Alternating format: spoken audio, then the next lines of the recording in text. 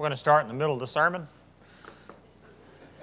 Man, Chris is in a hurry to get this over with. He's like, I'm just going to go ahead and start you on slide 3 or 4, and let's get this show on the road. I'm glad that you're here tonight. Thank you so much for being with us this evening. Don't forget, we have a birthday and anniversary fellowship meal tonight. And so even if you are visiting with us, if you didn't bring anything, feel free to stick around and eat with us and be a part of that as you have the opportunity this evening. This, as you can see, is the 5th installment of our Seasons of Sadness series of lessons. We began with an introductory lesson, and then 1 through 4 of the seasons of life. Incidentally, that's the theme of the ladies' retreat. Is that right? Copycats. Y'all probably had that before I did this. Is that right? We're going to go with that anyway, whether that's the case or not.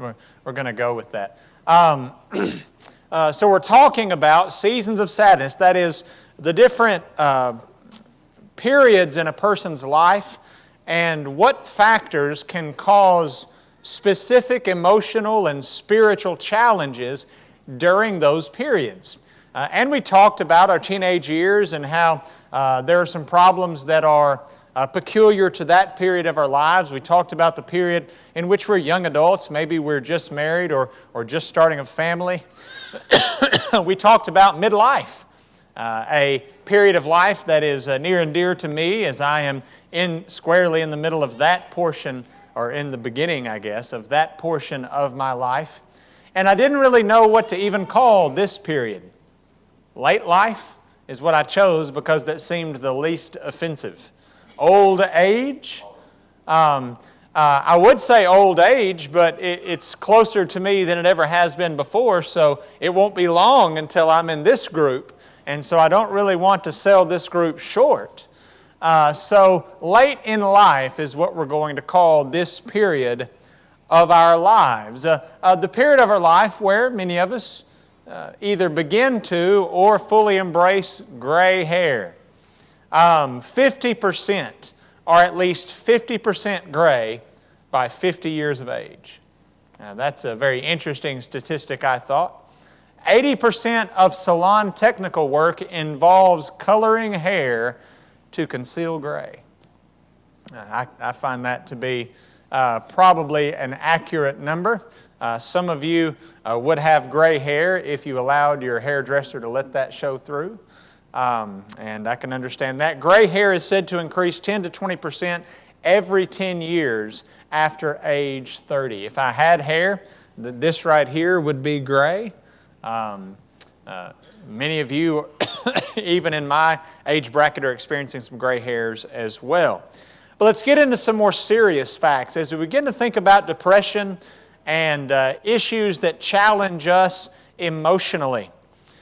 Depression among older adults, and I sought a definition for older adults. These are statistics from the CDC, the Center for Disease Control, but I found it interesting they didn't define older adults, so I assume it's people who are past midlife and are in that latter portion of their lives.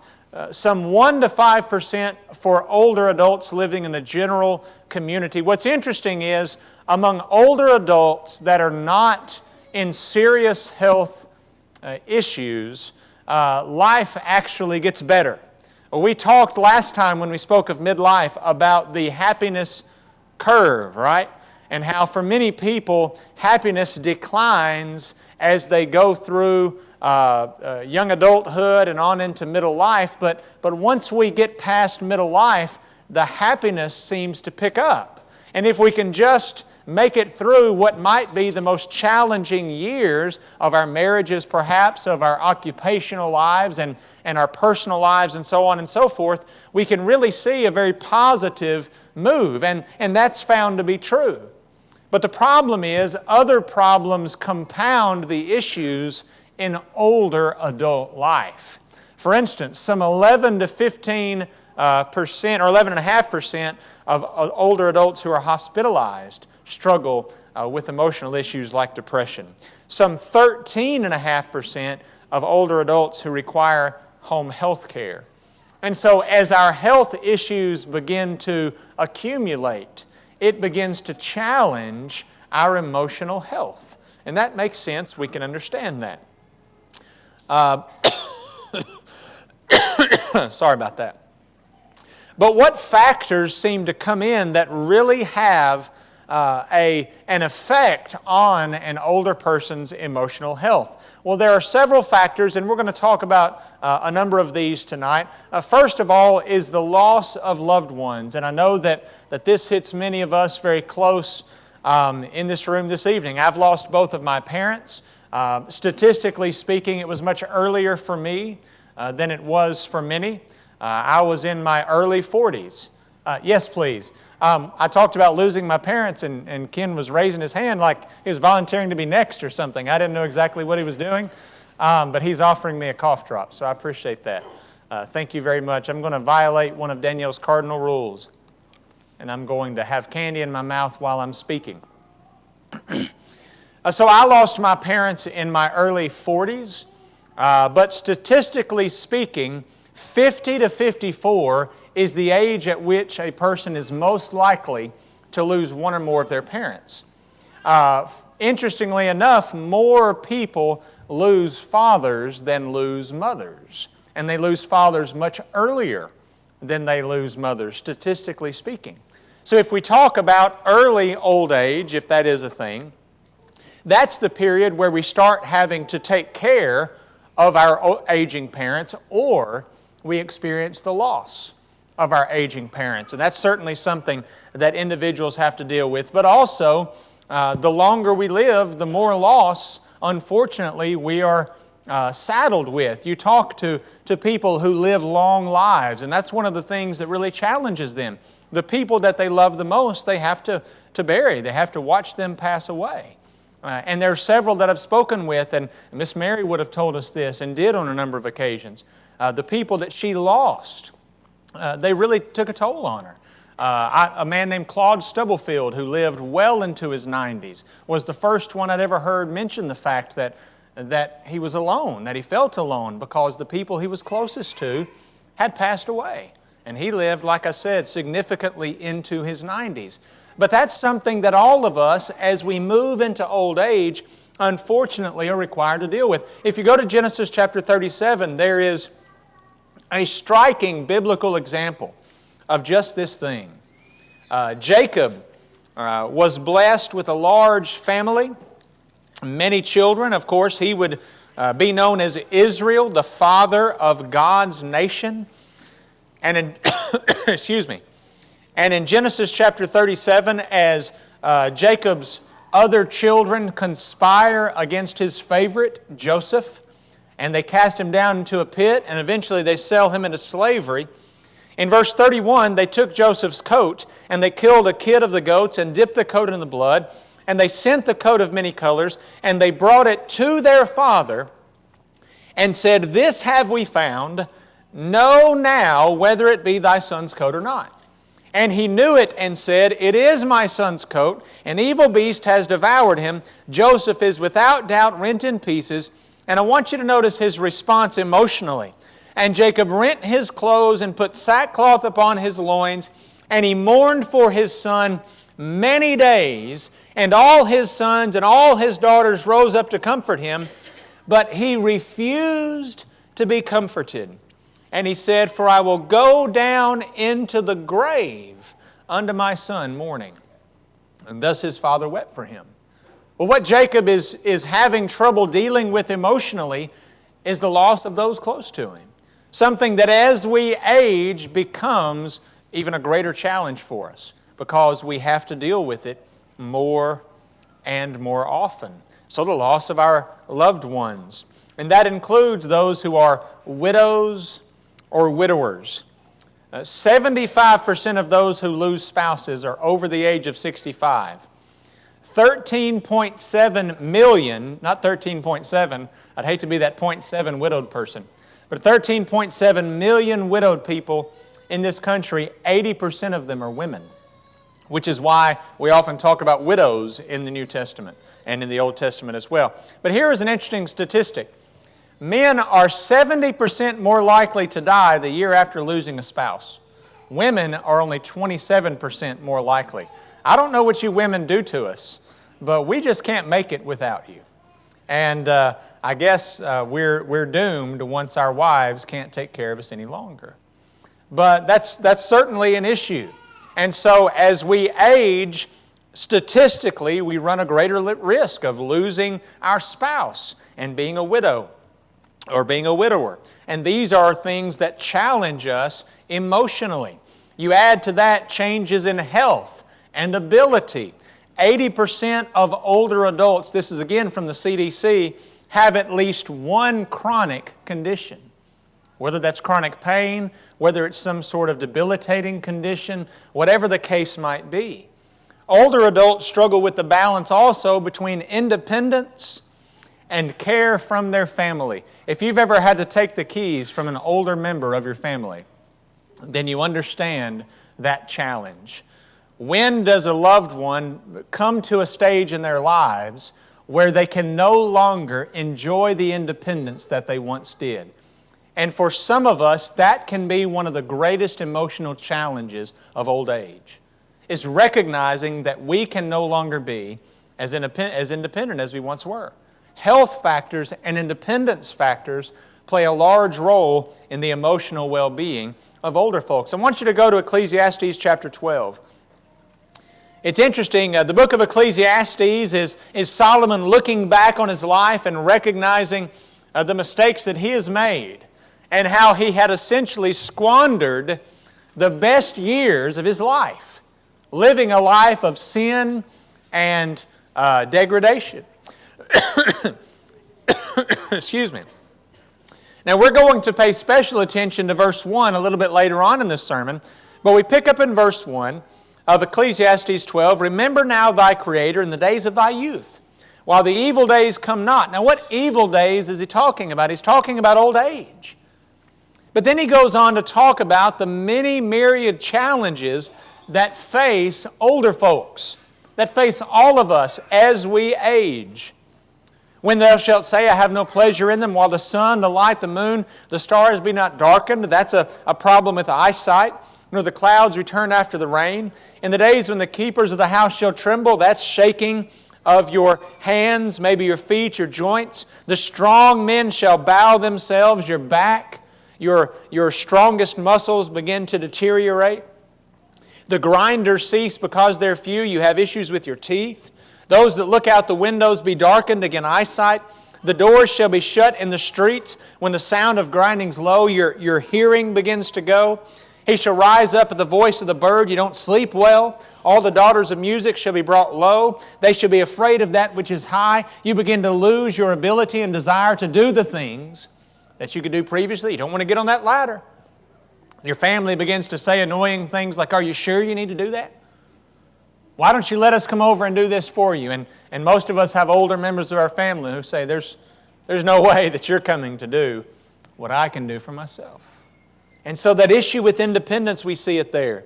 "When they shall be afraid," verse 5, "of that which is high, fears shall be in the way, and the almond tree shall flourish." Again, gray hair. We see all of these issues mounting upon themselves as we age.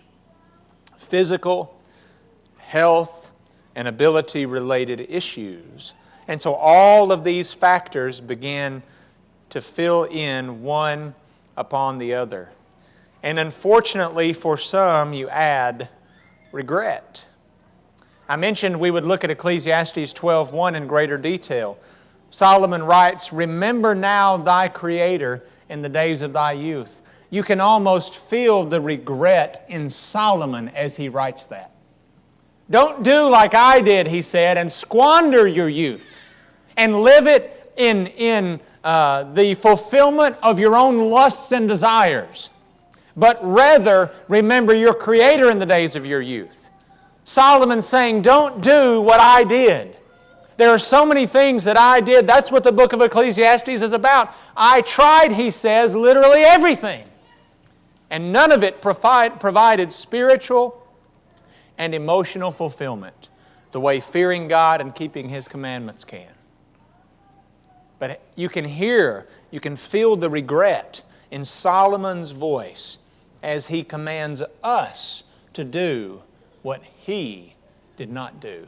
Remember now thy Creator in the days of thy youth. And so regret. How many people have lived a life in which they have failed to correct things, and those things have mounted over the years, maybe relationships with the ones they love. Maybe things in their own lives that they needed to change, but they refused to change. And then those things come back to roost in their old age.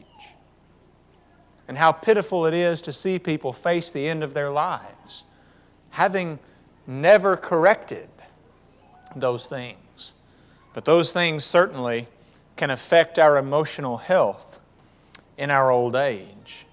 So as we look at these factors that can affect us in old age, what are we to do? Well, number one, I encourage you, lean on your family. I, for one, look forward to the period that many of you are in where you get to enjoy your grandchildren.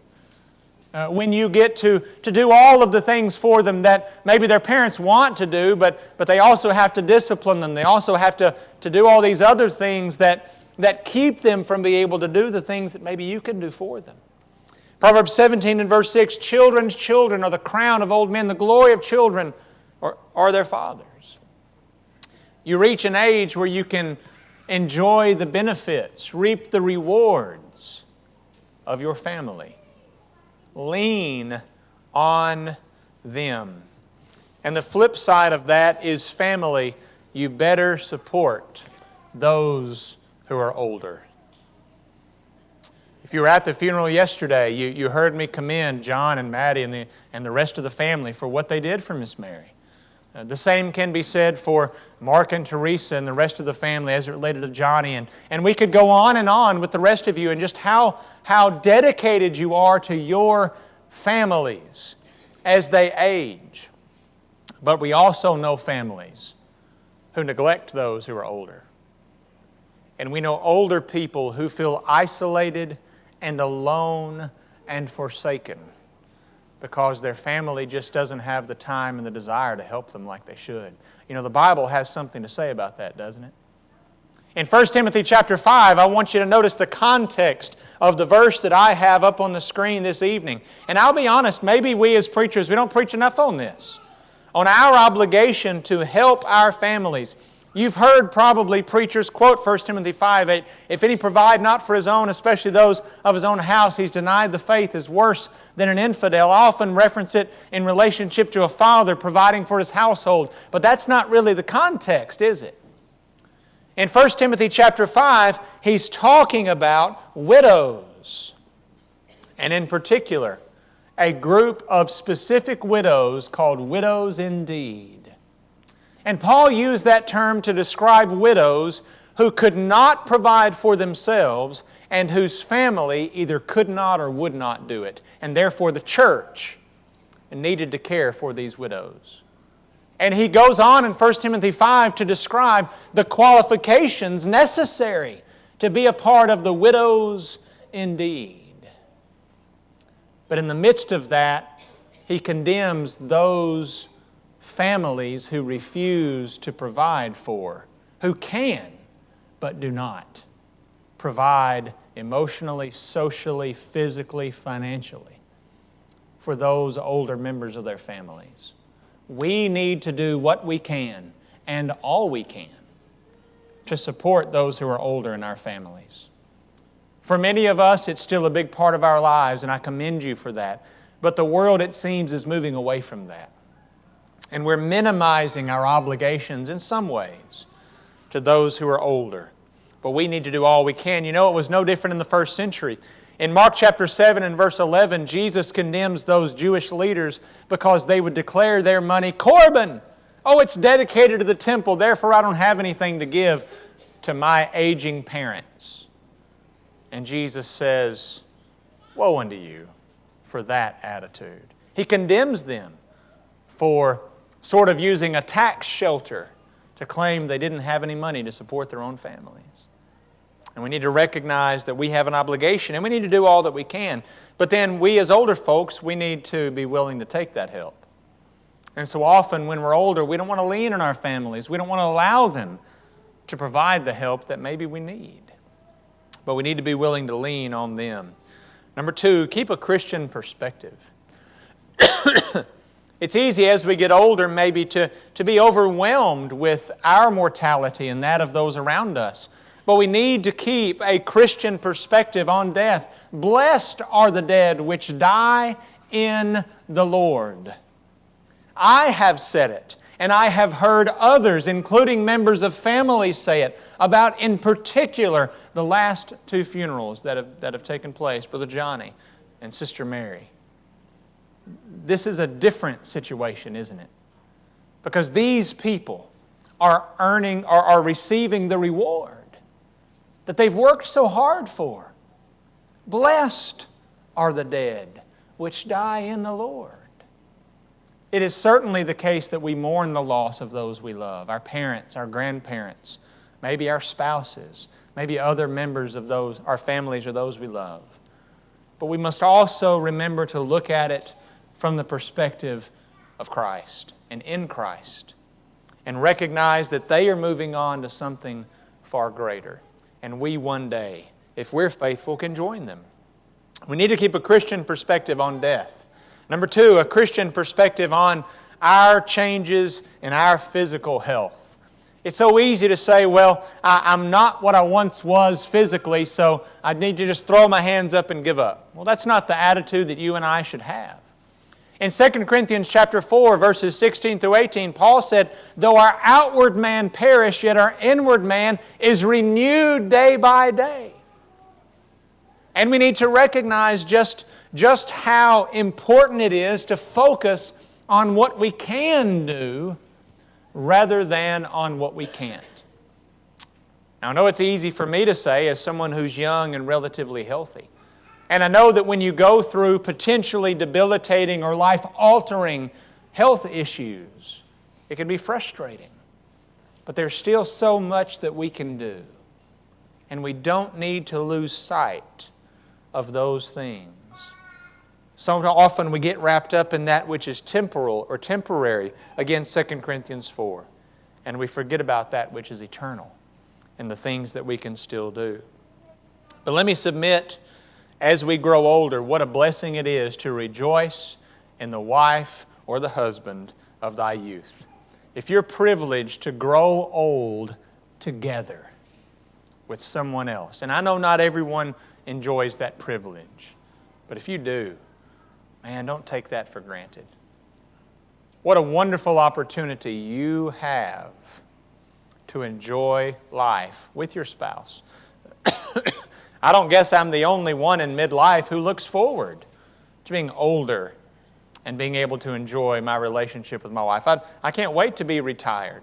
Danielle would like for it to happen tomorrow, in fact. I'm not retiring, and neither is she. But what a wonderful thing to look forward to. And we need to do that. Rejoice in the wife of thy youth. So many times we want to belittle marriage, and in particular, the lifelong nature of marriage. But man, if we allow it and if we put the work into it, it certainly gets better. The fixes: keep a Christian perspective. Rejoice in the wife of your youth. Number 4, don't ever retire from the work of the Lord. There is always something that you and I can do. You know, they say of preachers never retire. We had Brother Bill Irby here just a few weeks ago for our summer series, and he's been retired for a number of years, and he preaches every single Sunday, almost without fail. And he travels nearly as much as he did when he was a full-time preacher. Well, that's true of every Christian, right? There's not a moment where we get up one day and we say, all right, I'm retired from the work of the Lord. You see, because there's always something that we can do. After all, didn't Paul tell Titus that the older women were to teach the younger women? The older men were to teach the younger men. At the very least, you can work diligently to set and provide that Christian example. Often you can serve, as we ended last time, as an elder. Continue to serve as a deacon. Teach Bible classes. You can do the things necessary to continue to work in Christ. Of course, the greatest example in the Old Testament is Caleb. What was he, 85 years old? And he says, I feel as good this day as I did when I came in. Therefore, give me this mountain. He said, I'm not ready to retire from doing what's required of me. And we need to be the same. And dear friends, maybe this is the most important, because out of all of the things that we might be saddled with in our old age, this is one that we can control. You see, I can't control getting a debilitating illness, losing a spouse or the ones I love. I can't control many of the things that may or may not happen to me in my life, but I absolutely can control regret. You see, but unfortunately, maybe I can't control it at this point, after the fact. And unfortunately, that's the nature of regret. But we can avoid regret by practicing righteousness. What is it that Paul says in Ephesians 4 and verse 26? Let not be angry and sin not, he says. Let not the sun go down upon your wrath. And we often talk about that in relationship to marriage. If you're fighting, don't go to bed angry. And that's certainly wonderful advice. But it's also much bigger than that, isn't it? Don't allow these things to fester, as they sometimes do for weeks and months and years within families, within congregations, within communities. And then when we finally look back, we realize this is something we should have taken care of years ago. My father, near the end of his life, had no relationship with my brother, his son, and hardly a relationship with his daughter. And at that point, he would have done anything to have repaired that. But it was too late. It was too late. And he died with that regret. You see, but the only way to avoid that is to change it now. Let not the sun go down upon your wrath. Do everything you can now. And don't allow these things to follow you. Wasn't it Paul who said in 2 Timothy chapter 4, bring Mark with me, or to me, because he's profitable for me for the ministry. You see, he and John Mark had it out, and he and Barnabas had disagreed over John Mark.